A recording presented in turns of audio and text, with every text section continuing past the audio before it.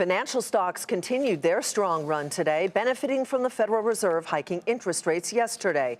And while it's going to cost you more to borrow money right away, it might take you a while to see the upside of that rate hike in your savings account. Wilfred Frost explains.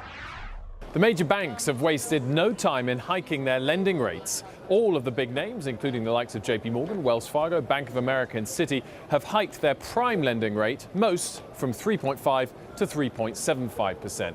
Thus, banks have moved rates for borrowers both immediately and in full. The prime rate is what banks use to anchor floating rate loans, such as credit card loans and some mortgages.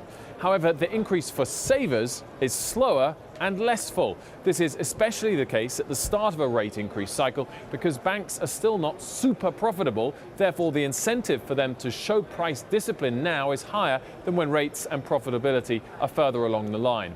This change is what they've been waiting for, so they're not in a rush to spoil it for each other. Who is the most geared to this? Well, it's banks with a higher proportion of deposit funding as opposed to wholesale funding, and within that, more small checking accounts rather than big savings accounts. On that note, Goldman Sachs research says that Bank of America has the most sticky deposit base because it has 60% retail deposit exposure.